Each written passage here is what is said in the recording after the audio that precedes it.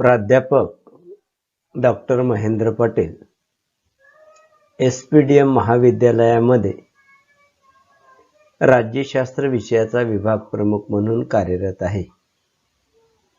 आज आपण स्पर्धा परीक्षेसाठी जो महत्त्वाचा प्रश्न विचारला जातो,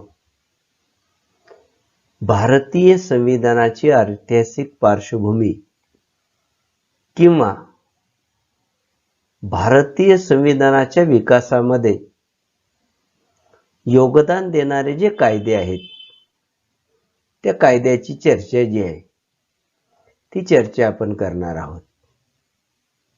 कारण भारतीय संविधानावर ब्रिटिशांचं जे राज्य आहे त्याचा फार मोठा प्रभाव जो आहे तो पडलेला दिसून येतो। भारताच्या संविधान निर्मिती प्रक्रियेला ब्रिटिश राजवटीच्या सुरुवातीपासून आपल्याला विचार करावा लागतो। मग सर्वात प्रथम ईस्ट इंडिया कंपनी नावाची जी कंपनी होती, या ईस्ट इंडिया नावाच्या कंपनीचं भारतावर राज्य होतं। या कंपनीला इसवी सन 1600 मध्ये राणी एलिझाबेथ जी आहे, या राणी एलिझाबेथ कडून सनद प्राप्त झाली होती आणि या सनदेच्या जोरावर त्यांनी पूर्वेकडचे जे देश आहेत यांच्याशी व्यापार करायला सुरुवात जी आहे ती सुरुवात केली। आणि सुरुवातीच्या काळामध्ये व्यापार करता करता ईस्ट इंडिया कंपनी जी आहे, या ईस्ट इंडिया कंपनीने भारतावर आपलं राज्य निर्माण केलं। म्हणजे व्यापारी म्हणून आले आणि राज्यकर्ते बनले। म्हणून ईस्ट इंडिया कंपनीचा जो भारतातील कारभार होता, या कारभारावर नियंत्रण ठेवण्याचा पहिला प्रयत्न ब्रिटिश पार्लमेंटने केला। त्याच्यासाठी 1773 मध्ये रेग्युलेटिंग ऍक्ट नावाचा ऍक्ट जो आहे तो ऍक्ट संमत केला आणि या ऍक्टच्या माध्यमातून ईस्ट इंडिया कंपनीच्या कारभारावर नियंत्रण निर्माण करण्याचा प्रयत्न जो आहे तो प्रयत्न केला। ईस्ट इंडिया कंपनी ही व्यापारी कंपनी होती, व्यापारी उद्देशाने भारतावर राज्यकारभार करत होती।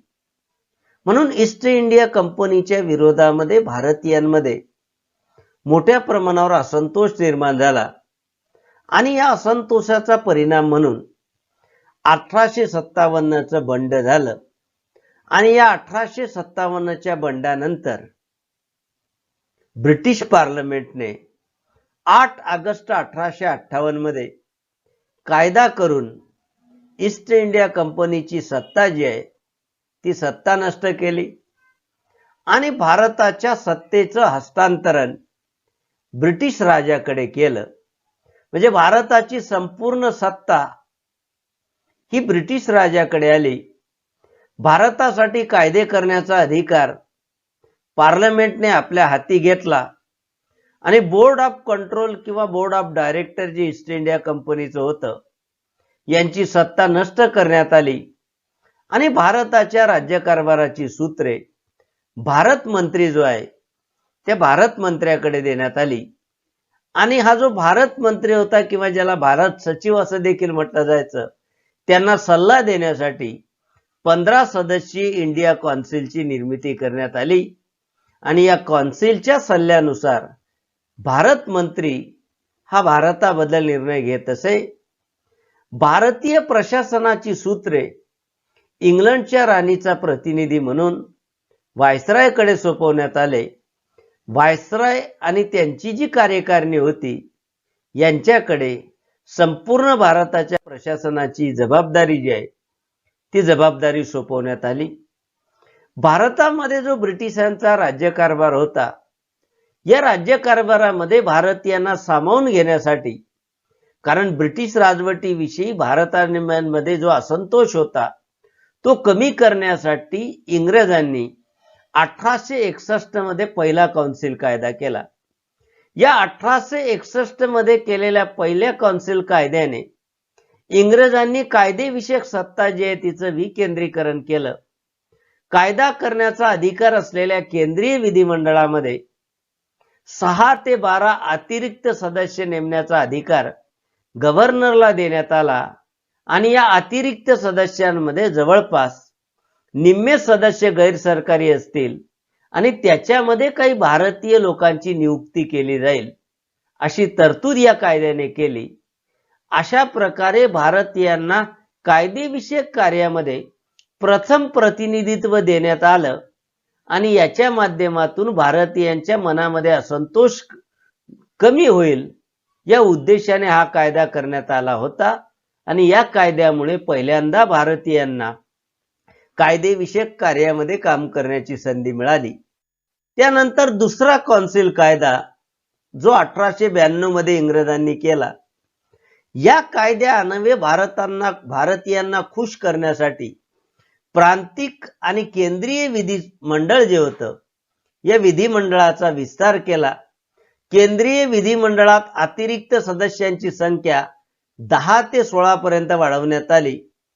तसंच विधिमंडळाची नेमणूक ऐवजी, कारण विधिमंडळाचे जे सदस्य होते हे गव्हर्नर करून नियुक्त केले जात होते, त्याच्या ऐवजी अप्रत्यक्ष पद्धतीने त्यांची निवड करण्याची पद्धत सुरू करण्यात आली. विधिमंडळाचे अधिकार वाढवण्यात आले.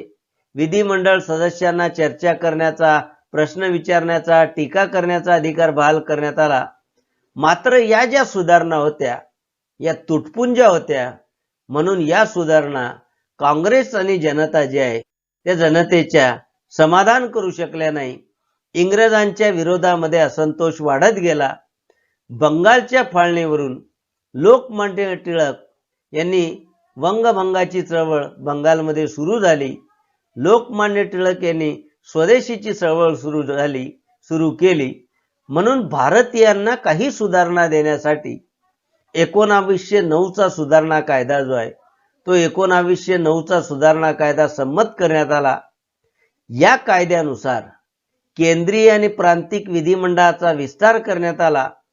केंद्रीय विधिमंडळाची संख्या 16 वरून 69 करण्यात आली. प्रांतिक विधिमंडळाच्या संख्या देखील वाढवण्यात आल्या. तसंच विधिमंडळामध्ये निर्वाचित, सरकारी, गैरसरकारी 3 प्रकारचे सदस्य जे आहेत ते 3 प्रकारचे सदस्य विधिमंडळामध्ये असतील अशी तरतूद करण्यात आली. केंद्रीय विधिमंडळामध्ये सरकारी सदस्यांचं बहुमत ठेवण्यात आलं, तर प्रांतिक विधिमंडळामध्ये गैरसरकारी सदस्यांचं बहुमत जे आहे ते निर्माण करण्यात आलं.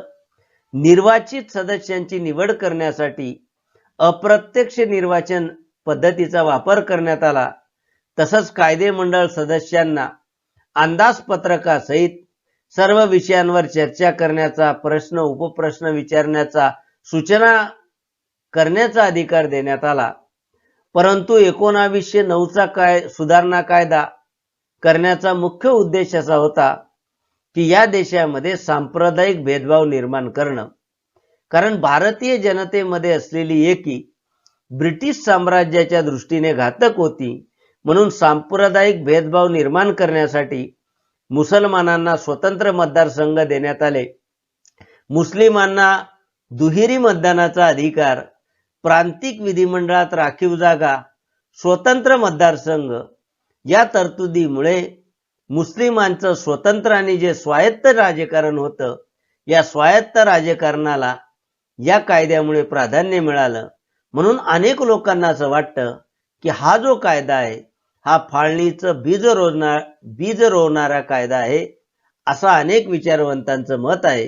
कारण या कायद्यामुळे फाळणीला पोषक वातावरण भारतामध्ये निर्माण होत गेलं. त्यानंतरच्या काळामध्ये झालेला महत्वाचा कायदा म्हणजे 1919चा सुधारणा कायदा. कारण या कायद्याच्या आधी पहिलं महायुद्ध झालं. या पहिल्या महायुद्धामध्ये भारतीयांकडून सहकार्य इंग्रजांनी अपेक्षित केलं होतं आणि भारतीयांनी पहिल्या महायुद्धामध्ये इंग्रजांना सहकार्य केलं. त्या मोबदल्यात भारतीय लोकांना काही राजकीय सुधारणा देण्यासाठी हा 1919चा सुधारणा कायदा जो आहे तो सुधारणा कायदा केला. या कायद्यानुसार भारतात टप्प्याटप्प्याने जबाबदार सरकार प्रस्थापित करण्याची इंग्रजांनी हमी दिली होती. या कायद्याने द्विगृही सभागृहाची स्थापना जी आहे ती सभागृहाची स्थापना करण्यात आली.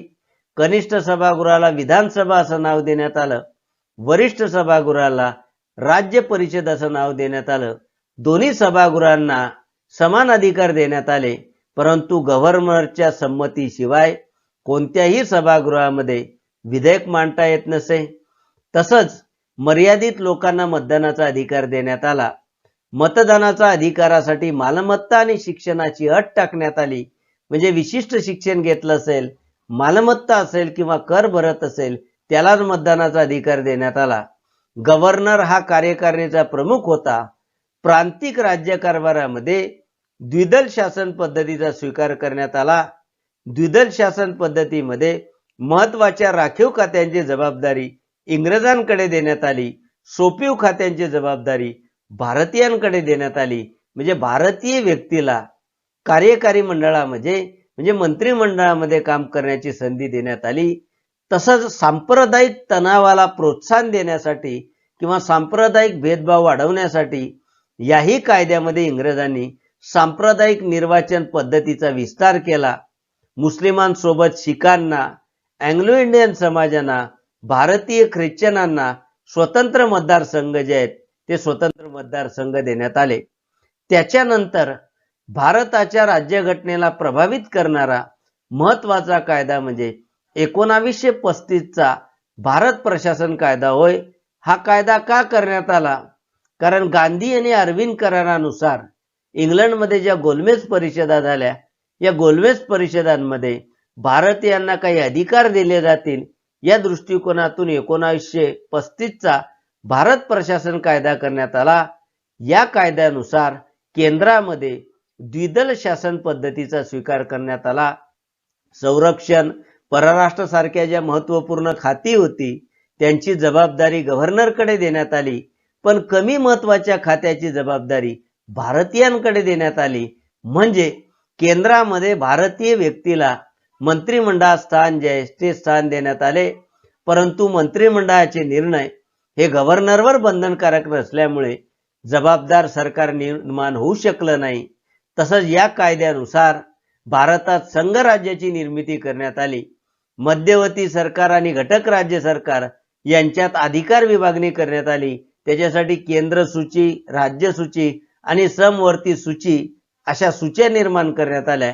प्रांतांमध्ये द्विदल शासन पद्धती रद्द करण्यात आली आणि स्वयंशासनाची पद्धत सुरू करण्यात आली आणि प्रांतांची सत्ता मुख्यमंत्री आणि मंत्रिमंडळाकडे सोपवण्यात आली. परंतु प्रांताच्या गव्हर्नरला जे विवेकाधिकार होते, या विवेकाधिकारामुळे मंत्रिमंडळाच्या कार्यावर अनेक बंधनं आली आणि जबाबदार सरकार जे आहे ते जबाबदार सरकार निर्माण होऊ शकलं नाही. म्हणजे इंग्रजांनी नुसता देखावा केला, प्रत्यक्षामध्ये भारतीयांच्या पदरामध्ये फारच कमी सुधारणा इंग्रजांनी दिल्या. त्यानंतर केंद्रीय विधिमंडळाच्या रचनेमध्ये बदल करण्यात आला. राज्य परिषद नावाचं जे दुसरं सभागृह होतं त्याला स्थायी सभागृह बनवण्यात आलं. त्यातील 1/3 सदस्य दर 3 वर्षांनी निवृत्त होत असेत आणि तेवढेच सदस्य नव्याने भरले जात असे. कनिष्ठ सभागृहाची सदस्य संख्या 375 करण्यात आले. त्यातील 125 सदस्य देशी राज्यांकडून म्हणजे संस्थानिकांकडून आणि 250 सदस्य ब्रिटिश प्रांतांकडून निवडण्याची तरतूद करण्यात आली. सनदी सेवकांची भरती करण्यासाठी लोकसेवा आयोगाची स्थापना करण्यात आली. सांप्रदायिक निर्वाचन पद्धतीचा परत विस्तार करण्यात आला. ख्रिश्चन, युरोपियन, महिला, शीख, अँग्लो इंडियन यांना स्वतंत्र मतदारसंघ बहाल करण्यात आले. तर या कायद्याने इंग्रजांनी जबाबदार शासन पद्धती भारतामध्ये निर्माण करतोय असा देखावा निर्माण करण्याचा प्रयत्न केला. परंतु गव्हर्नर जनरल आणि प्रांतांच्या गव्हर्नरला स्वयंनिर्णयाचे अधिकार देऊन जबाबदार सरकारचा गळा घोटण्याचं काम जे आहे ते गळा घोटण्याचं काम देखील इंग्रजांनी केलेलं दिसून येतं. त्यानंतर दुसऱ्या महायुद्धाच्या काळामध्ये भारतीयांचं सहकार्य मिळवण्यासाठी किंवा भारतामधले राजकीय पेच प्रसंग सोडवण्यासाठी पंतप्रधान विन्स्टन चर्चिल यांनी 11 मार्च 1942 रोजी सर स्टॅफर्ड क्रिप्स यांना भारतामध्ये पाठवलं. त्यांनी भारतामधले जे प्रमुख पक्ष होते, काँग्रेस, मुस्लिम लीग, हिंदू महासभा, संस्थानिकांशी चर्चा करून एक योजना जाहीर केली. या योजनेनुसार महायुद्ध संपल्यानंतर भारतीयांना वसाहतीचं स्वराज्य दिलं जाईल, लोकनियुक्त घटना समिती निर्माण केली जाईल, अल्पसंख्याकांना पूर्ण स्वातंत्र्याची हमी किंवा आश्वासन देण्यात आलं. तसंच ज्या संघराज्यांना संस्थानिकात किंवा संघराज्यात राहायचं नसेल त्यांना स्वतंत्र राज्य देण्याचं मान्य करण्यात आलं. परंतु क्रिप्स मिशनने जी आश्वासनं दिली होती ती पाळण्यास नकार दिल्यामुळे काँग्रेसने ही योजना फेटाळली. कारण या योजनेमध्ये म्हणून महात्मा गांधी यांनी क्रिप्स योजनेबद्दल असं म्हटलेलं आहे की क्रिप्स योजनामध्ये दिवाळखोरीत निघालेल्या किंवा बुडीत बँकेच्या पुढील तारखेचा चेक आहे असं त्यांनी म्हटलं. तसंच या योजनेमध्ये मुळे फाळणीचा धोका होता म्हणून हिंदू महासभेने ही योजना फेटाळली. तसंच पाकिस्तानच्या मागणीचा समावेश नसल्या कारणामुळे मुस्लिम लीगने देखील ही योजना फेटाळली. दुसरं महायुद्ध संपल्यानंतर इंग्लंडमध्ये सत्ता बदल झाला. लॉर्ड ॲटली जे मजूर पक्षाचे होते ते इंग्लंडचे पंतप्रधान बनले. त्यांनी भारताला लवकरात लवकर स्वातंत्र्य देण्याची घोषणा केली आणि सत्तांतराची प्रक्रिया योग्य पद्धतीने पार पाडण्यासाठी कॅबिनेट मिशन भारतामध्ये पाठवलं. या मिशनमध्ये 3 कॅबिनेट मंत्री होते म्हणून याला त्रिमंत्री योजना किंवा कॅबिनेट मिशन असं म्हटलं जातं. या कॅबिनेट मिशनने काँग्रेस आणि मुस्लिम लीग हे भारतामधले जे 2 प्रमुख पक्ष आहेत त्याच्यामध्ये तडजोडीचे अनेक प्रयत्न केले. परंतु अपेक्षित तोडगा न निघाल्यामुळे 16 मे 1946 रोजी आपली योजना जाहीर केली. या योजनेनुसार हिंदुस्थान हे संघराज्य राहणार होतं, म्हणजे अखंड राहणार होतं. हिंदुस्थानमध्ये निर्माण झालेले जातीय आणि धार्मिक प्रश्न बहुमताच्या आधारावर सोडवले जातील. घटना निर्माण होईपर्यंत घटना स्थापन करण्याला किंवा घटना परिषद स्थापन करायला मान्यता दिली. तसंच घटना तयार होईपर्यंत सर्व प्रमुख पक्षांचं मिळून हंगामी सरकार स्थापन करण्याची मान्यता जी आहे ती मान्यता कॅबिनेट मिशन यांनी दिलं. तर या पद्धतीने कॅबिनेट मिशनने तरतुदी केलेल्या दिसून येतात. नंतरच्या काळामध्ये माउंटबॅटन योजना, कॅबिनेट मिशनने पंडित नेहरूंच्या नेतृत्वाखाली हंगामी सरकार स्थापन करायला परवानगी दिली आणि तसं सरकार स्थापन झालं. परंतु या सरकारमध्ये लीग आणि काँग्रेस या दोन्ही पक्षांमध्ये खटके उडालू लागले आणि पाकिस्तानच्या मागणीवरून मुस्लिम लीगने आक्रमक भूमिका घेतली. प्रत्यक्ष कृती दिन साजरा केला आणि या दिवशी भारतामध्ये प्रचंड प्रमाणावर हिंसाचार झाला. विशेषतः ज्या भागामध्ये हिंदू मुस्लिमांची संमिश्र वस्ती आहे या भागामध्ये एक प्रकारचं गृहयुद्ध सुरू झालं. म्हणून लॉर्ड माउंटबॅटन यांनी विविध पक्षातल्या नेत्यांशी चर्चा करून निष्कर्ष काढला की भारताची फाळणी केल्याशिवाय सत्तेचं हस्तांतरण शक्य नाही. म्हणून 3 जून 1947 रोजी फाळणीची योजना जाहीर केली. या योजनेनुसार हिंदुस्थान अखंड राहू शकत नसेल तर पंजाब, बंगाल, आसाम प्रांताची फाळणी करावी. वायव्य सरहद्द प्रांत आणि आसाम मधला जो सिलवेट जिल्हा आहे या जिल्ह्याबाबत सार्वमताने निर्णय घेण्यात यावा. सिंध प्रांतातील विधिमंडळाच्या बहुमताने विधिमंडळ निर्णय घेईल तो निर्णय मान्य केला जावा. बलुचिस्तानचे जे प्रतिनिधी आहेत त्यांच्याशी चर्चा करून एकत्रित निर्णय घ्यावा. संस्थानिकांना एक तर भारत आणि पाकिस्तानमध्ये सहभागी होता येईल किंवा त्यांना स्वतंत्र राहायचं असेल तर ते स्वतंत्र राहता येतील. तर ही माउंटबॅटन योजना होती. या योजनेला काँग्रेस आणि मुस्लिम लीगने मान्यता दिल्यानंतर ब्रिटिश पार्लमेंटच्या कायद्यानुसार भारताची रीतसर फाळणी करण्यात आली आणि ब्रिटिश काळामध्ये झालेला शेवटचा कायदा म्हणजे भारत स्वतंत्र कायदा होय. माउंटबॅटन योजनेला कायदेशीर स्वरूप देण्यासाठी भारत स्वतंत्र कायदा ब्रिटिश पार्लमेंटने संमत केला.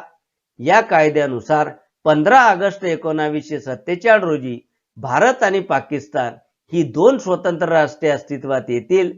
या राष्ट्रांसाठी एक गव्हर्नर नेमला जाईल. घटना लागू झाल्यानंतर त्याला परत बोलवलं जाईल. ब्रिटिश पार्लमेंटचा कायदा यापुढे भारताला लागू राहणार नाही. ब्रिटिश संस्थानिकांबद्दलचे सर्व तह करार जे आहेत ते तह करार हे रद्द होतील. त्यांना भारत किंवा पाकिस्तान यापैकी एका देशात जाता येईल किंवा स्वतंत्र राहता येईल. नवीन कायदेमंडळ अस्तित्वात येईपर्यंत घटना समिती कायदेमंडळाचं काम करेल आणि भारतात सचिव पदाची समाप्ती होईल. तर अशा पद्धतीने इंग्रजांनी वेगवेगळे प्रकारचे कायदे केले आणि इंग्रजांनी जे वेगवेगळ्या प्रकारचे कायदे केले त्या कायद्यांमुळे भारताच्या राज्यघटनेच्या विकासाला पोषक वातावरण निर्माण झालेलं दिसून येतं. म्हणून ब्रिटिश काळामध्ये जे झालेले कायदे आहेत, हे ब्रिटिश काळामध्ये झालेले कायदे हे भारतीय राज्यघटनेच्या विकासामध्ये मैलाचे दगड मानले जातात. किंवा ब्रिटिश काळामध्ये जे झालेले महत्त्वाचे कायदे आहेत, 1935चा जो कायदा आहे त्याचा सर्वाधिक जास्त प्रभाव हा भारतीय राज्यघटनेवर आहे. म्हणून काही लोक असं देखील म्हणतात की भारताची राज्यघटना म्हणजे 1935च्या कायद्याची सुधारित आवृत्ती आहे. म्हणजे भारताची राज्यघटना तयार होण्यामागे या कायद्यांचा खूप मोठा वाटा आहे. तर अशा पद्धतीने भारतीय राज्यघटनेची ऐतिहासिक पार्श्वभूमी किंवा भारताच्या राज्यघटनेला प्रभावित करणारे ब्रिटिशांनी कोणकोणते कायदे केले याची चर्चा आपण केली. माझा व्हिडिओ आवडला असेल तर लाईक करा, शेअर करा आणि माझं चॅनल सबस्क्राईब करायला विसरू नका.